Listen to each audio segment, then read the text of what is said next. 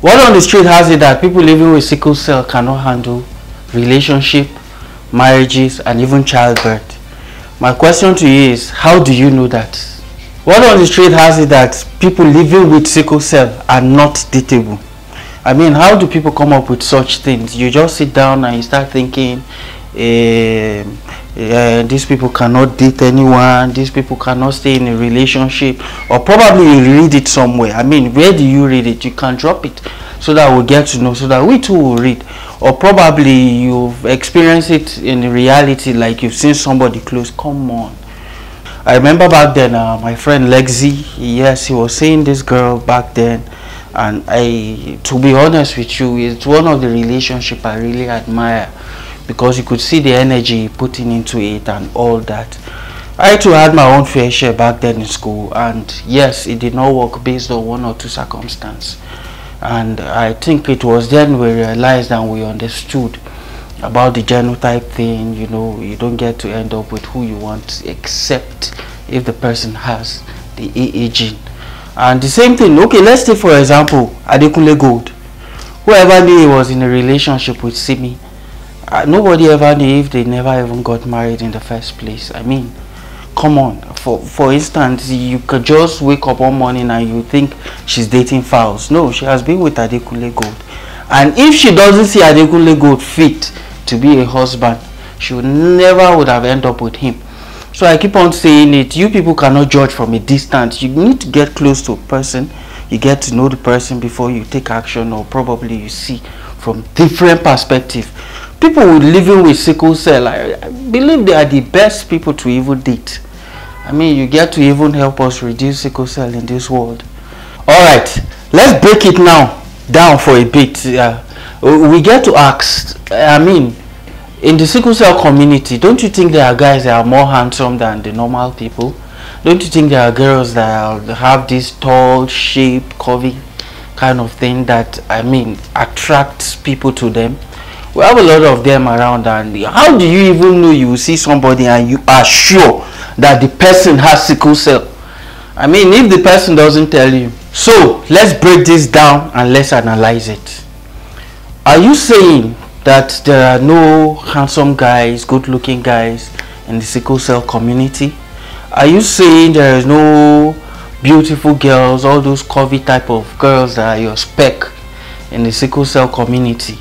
Or probably you're looking at it from one other point that you're not telling us. And I know that there are a lot of people that fit into the spec that you always look out for. Is it the tall, the dark, the fair, the handsome, the curvy ones? I mean, yes, the slim, fat. We don't have much. We don't have much of them, but yeah, we do have them in the community. I mean, are you saying they are not romantic enough to be with you? So there are so many people with that spec in the sickle cell community. I mean, you get to see the handsome guys, and to be honest with you, we've got lyrics, and you will see a lot of beautiful girls among us. I mean, take for instance my friend Lexi. Have you seen Lexi? Back in the days, one romantic, sweet dude. He was in this relationship and wanted to propose. Very romantic guy. They met at the youth center here in Dadinkowa, and he wanted to make it a special day for his girl. So he hired an agent. He hired someone to pose as an agent, called her up and told her there was a modeling gig, that she was selected and she is going to be the face of the modeling job. So we got our cameras and all those things, and one thing led to another. Things happened. It just went somehow, and probably call it destiny, but things occur. So at that point you could see how romantic one can be. I mean, I for one have sent gifts even when I have not been around for a while. To my lady, she should just feel safe, and she should know someone loves her even though he's not around. I mean, these kind of things happen, and you can be romantic yourself in your own way. So what are you trying to say? Like, people cannot just be creative within the sickle cell community when it comes to romance or dating? You know, it is really, really sad that people still still see sickle cell patients like the people don't they can't live out their lives like being normal. I mean, it's very sad. And you get to see the negative aspect when people get to meet someone living with sickle cell and having this idea of they can't live a normal life. I mean, apart from the pain, what else? Yeah, they go through a lot of stress, they go through a lot of pain. I mean, apart from that, what else? And you know, once you start facing reality with these people, you get to see how they pick up on everything around them. I mean, relationship, yes, we have the ones that have gone good and we have the ones that have gone bad. I mean, even other people, they can testify to it. Relationship, you don't get 100%. You're bringing 50, the other person is bringing 50.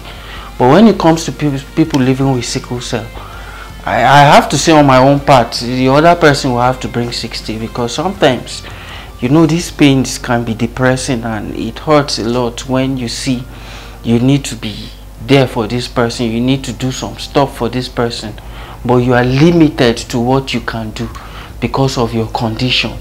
So I think based on anything outside that, you need to give someone living with sickle cell in a relationship credit, a lot of credit, because you see, relationship itself, to be honest, is stressful.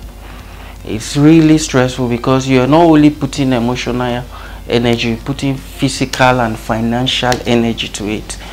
And there are a lot of people that can't cope, even people that are healthy, people that are stronger. You just see they can't cope because you get to see people live that come from different families. You are having different background, different training. You are having different mentality about reality. You are having different perspective about people, and you get to see that you're coming to meet this other person that is having the same different notion about everything in reality about another person, and you people are coming together to find a balance. I mean, I get to say this all the time. If you're dating someone living with sickle cell, I just want to appreciate you, because I know there's a lot that has to do with it. There's a lot of energy that is placed in. Now, most of you that you know that is financially not capable of handling these issues, but you're still in the relationship, I just want you to know you are appreciated.